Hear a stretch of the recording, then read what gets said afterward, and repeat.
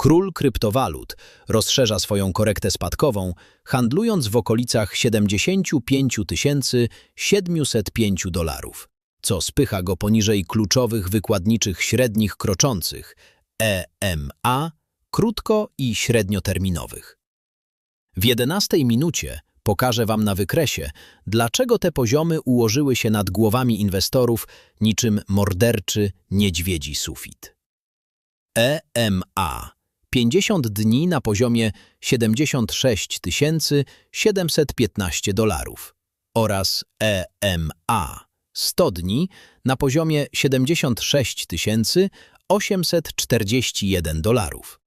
Tworzą obecnie niezwykle gęstą i twardą strefę oporu dynamicznego. Każda lokalna próba odbicia w górę jest tam bezwzględnie gaszona przez zautomatyzowane zlecenia sprzedaży ze strony instytucji.